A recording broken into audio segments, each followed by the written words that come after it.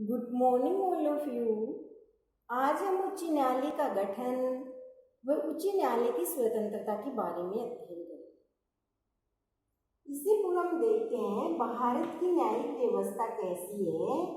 एकीकृत न्याय व्यवस्था जिसमें उच्चतम शिखर पर सर्वोच्च न्यायालय होता है, फिर उच्च न्यायालय, जिला न्यायालय और अधीनस्थ न्यायालय होते हैं।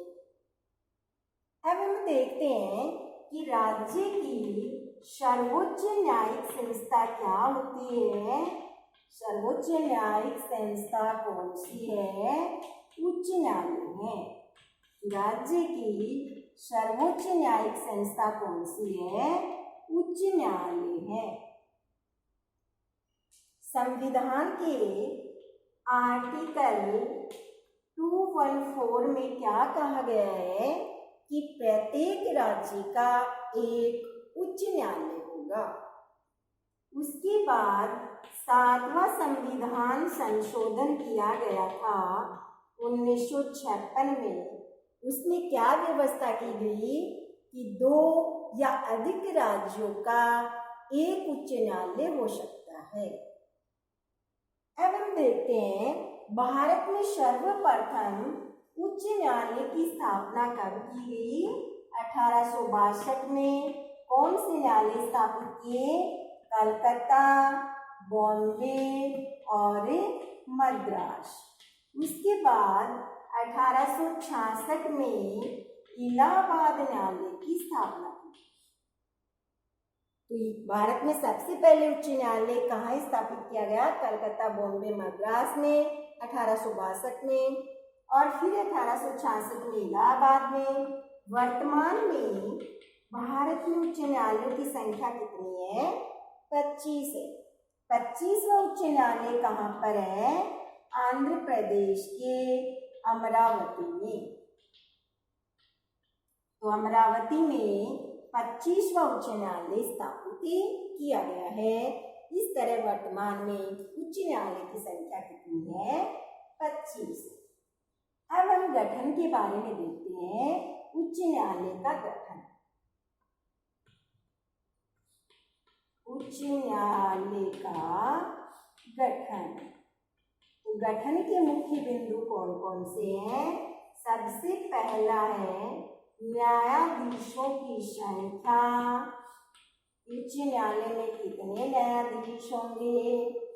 उसके बाद में न्यायाधीशों की नियुक्ति किस तरह से की जाएगी?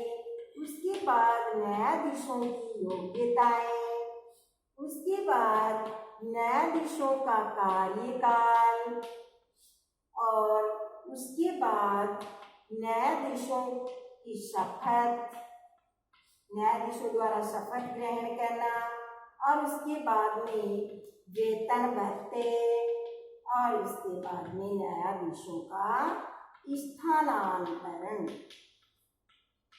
ये मुख्य बिंदु है जिनसे मिलकर के उच्च न्यायालय का गठन होता है। सबसे पहले हम देखते हैं न्यायाधीशों की संख्या। संविधान के आर्टिकल 216 में न्यायाधीशों की संख्या के बारे में उल्लेख किया गया है कि उच्च न्यायालय में एक मुख्य न्यायाधीश और अन्य न्यायाधीश होंगे जिनकी नियुक्ति राष्ट्रपति करता है, और राष्ट्रपति जिनको आवश्यक समझे कितने न्यायाधीश है वो पर्याप्त है। तो अनुच्छेद 216 के अनुसार न्यायाधीशों की संख्या है वो राष्ट्रपति के द्वारा निर्धारित की जाती है। एक मुख्य न्यायाधीश होता है और अन्य न्यायाधीशों की संख्या है वो राष्ट्रपति निर्धारित करता है। अब दूसरा है न्यायाधीशों की नियुक्ति। तो संविधान के आर्टिकल 217(1) के अनुसार न्यायाधीशों की नियुक्ति है वो कौन करता है? राष्ट्रपति करता है। कि राष्ट्रपति मुख्य न्यायाधीश और अन्य न्यायाधीशों की नियुक्ति करता है। तो मुख्य न्यायाधीश की नियुक्ति राष्ट्रपति किस तरह से करेगा? मुख्य न्यायाधीश की नियुक्ति के लिए राष्ट्रपति उच्चतम न्यायालय के मुख्य न्यायाधीश, कॉलेजियम और संबंधित राज्य के राज्यपाल से परामर्श करने के बाद उच्च न्यायालय के मुख्य न्यायाधीश को नियुक्त करता है। उच्च न्यायालय के अन्य न्यायाधीशों की नियुक्ति के संबंध में राष्ट्रपति उच्चतम न्यायालय के मुख्य न्यायाधीश, उच्च न्यायालय के मुख्य न्यायाधीश और राज्यपाल के परामर्श से करता है। ये हुई नियुक्ति। अब है योग्यताएं। संविधान के आर्टिकल 217(2) के अनुसार उच्च न्यायालय के न्यायाधीशों की योग्यताओं का निर्धारण किया गया। पहली योग्यता क्या होगी कि वह भारत का नागरिक हो। दूसरी योग्यता कि वह भारत राज्य क्षेत्र के न्यायिक पद पर कम से कम 10 वर्ष कार्य कर चुका हो। और तीसरी योग्यता वह किसी उच्च न्यायालय में लगातार 10 वर्ष तक अधिवक्ता के रूप में काम कर चुका हो। ये 3 हो गई न्यायाधीशों की योग्यता। अब आता है अगला कार्यकाल। उच्च न्यायालय के न्यायाधीश 62 वर्ष की आयु तक अपने पद पर बने रह सकते। 62 वर्ष पूर्व वो स्वयं अपना त्यागपत्र राष्ट्रपति को संबोधित करके अपने पद को त्याग सकते हैं। दूसरी स्थिति कि 62 वर्ष पूर्व उनको कैसे हटा सकते हैं कि संसद बहुमत पारित करके राष्ट्रपति के आदेश से 62 वर्ष पूर्व इनको इनके पद से हटाया जा सकता है।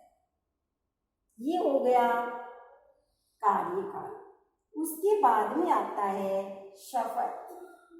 आर्टिकल 219 में उच्च न्यायालय के न्यायाधीशों की शपथ का उल्लेख किया गया है कि उच्च न्यायालय के न्यायाधीश है वो किसके समक्ष शपथ लेते हैं? राज्यपाल के समक्ष या राज्यपाल द्वारा नियुक्त व्यक्ति है उसके समक्ष उच्च न्यायालय के न्यायाधीश शपथ ग्रहण करते हैं। अब है वेतन भत्ते। तो संविधान के आर्टिकल 221 के अनुसार न्यायाधीशों का वेतन संसद द्वारा समय समय पर निर्धारित किया जाता है। वर्तमान में न्यायाधीश का वेतन है वो कैसे है? उच्च न्यायालय के मुख्य न्यायाधीश का वेतन है वो है 2,50,000 रुपये और अन्य न्यायाधीशों का वेतन है वो कितना है? 2,25,000 रुपये मासिक वेतन वो भत्ते इनको दिए जाते हैं और इनका निर्धारण समय समय पर संसद द्वारा किया जाता है। ये हो गया वेतन। अब हम देखते हैं न्यायाधीशों का स्थानांतरण। तो संविधान के आर्टिकल 222 में न्यायाधीशों की स्थानांतरण की व्यवस्था की गई है कि उच्च न्यायालय के न्यायाधीशों का स्थानांतरण है वो कैसे होगा, इसका उल्लेख किया गया आर्टिकल 222 में। उच्च न्यायालय के न्यायाधीशों का स्थानांतरण राष्ट्रपति करता है और किसके परामर्श से? उच्चतम न्यायालय के मुख्य न्यायाधीश के परामर्श के आधार पर राष्ट्रपति उच्च न्यायालय के न्यायाधीशों का एक न्यायालय से दूसरे न्यायालय में स्थानांतरण करता है। तो ये हो गया उच्च न्यायालय का गठन।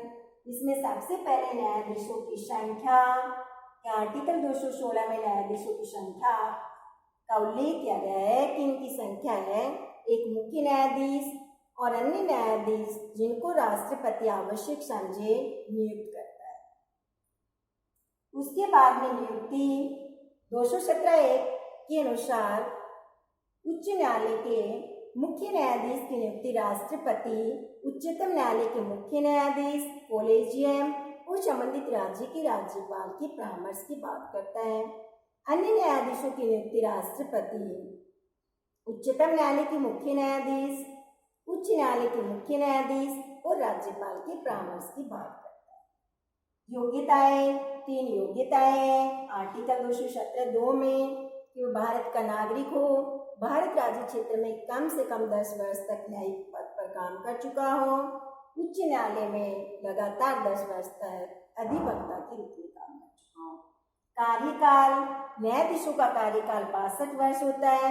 इससे पूर्व वे स्वयं राष्ट्रपति को संबोधित करके अपना त्यागपत्र दे सकते हैं, और दूसरा, संसद बहुमत पारित करके राष्ट्रपति के आदेश से इनको उनके पद से हटाया जा सकता है।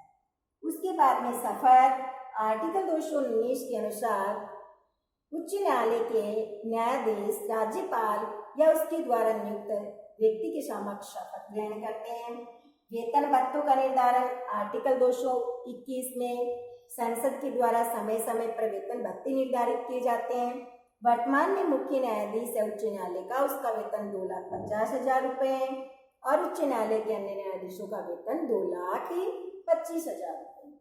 और स्थानांतरण आर्टिकल 222 के अनुसार एक न्यायालय से दूसरे न्यायालय में स्थानांतरण है वो राष्ट्रपति करता है, और उच्चतम न्यायालय के मुख्य न्यायाधीश के परामर्श के आधार पर। अब हम देखते हैं उच्च न्यायालय की स्वतंत्रता के बारे में कि उच्च न्यायालय है वो स्वतंत्र किस तरह से। तो पहला पॉइंट है नियुक्ति की विशेष प्रक्रिया,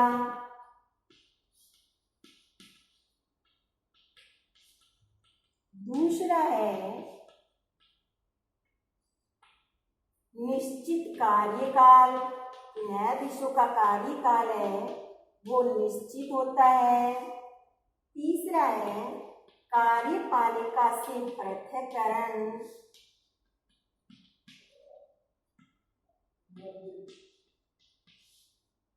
कि न्यायाधीश है वो कार्यपालिका से पृथक होते हैं। और अगला है संसद द्वारा महाभियोग के अतिरिक्त इनको पद से नहीं हटाया जा सकता। महाभियोग के अतिरिक्त न्यायाधीशों को उनके पद से नहीं हटाया जा सकता है। और अगला क्या है कि न्यायाधीश है वो सेवानिवृत्ति के बाद जिस न्यायालय में वो स्थायी न्यायाधीश के रूप में काम कर चुके हैं वहाँ अपनी निजी प्रैक्टिस नहीं कर सकता। तो ये न्यायालय की उच्च न्यायालय की स्वतंत्रता है कि नियुक्ति की विशेष प्रक्रिया अपनाई गई है कि उच्च न्यायालय के न्यायाधीशों की नियुक्ति है वो न्यायिक पदाधिकारियों द्वारा की जाती है। ये राजनीतिक दलबंदी से दूर रहते हैं, इसलिए उच्च न्यायालय के न्यायाधीश अपने आप को स्वतंत्र मानते हैं। दूसरा, उनका कार्यकाल निश्चित होता है कि 62 वर्ष पूर्व है उनको उनके पद से नहीं हटाया जा सकता। और तीसरा, उनके आचरण के संबंध में संसद के अतिरिक्त किसी प्रकार का कोई वाद विवाद नहीं उठ सकता है। केवल संसद ही उनके आचरण से संसद केवल उनके आचरण के संबंध में ही महाभियोग ला सकती है, और ये कार्यपालिका से पूर्ण रूप से पृथक है। कि उच्च न्यायालय की स्वतंत्रता के बिंदु है कि इनकी नियुक्ति विशेष प्रक्रिया द्वारा की जाती है, इनका कार्यकाल निश्चित होता है, संसद द्वारा महाभियोग पारित करके राष्ट्रपति के आदेश से ही इनको इनके पद से हटाया जा सकता है, अन्य किसी आधार पर नहीं। और कार्यपालिका से पूर्ण रूप से पृथक होते हैं, और संसद द्वारा केवल इनके आचरण के संबंध में ही इन पर प्रश्न उठ सकता है, संसद ही केवल उठा सकती है, अन्यथा नहीं। और अपनी सेवानिवृत्ति के बाद ये जिस न्यायालय में स्थायी न्यायाधीश के रूप में रह चुके हैं उसके अतिरिक्त उसमें निजी प्रैक्टिस है वो सेवानिवृत्ति के बाद नहीं कर सकते। धन्यवाद।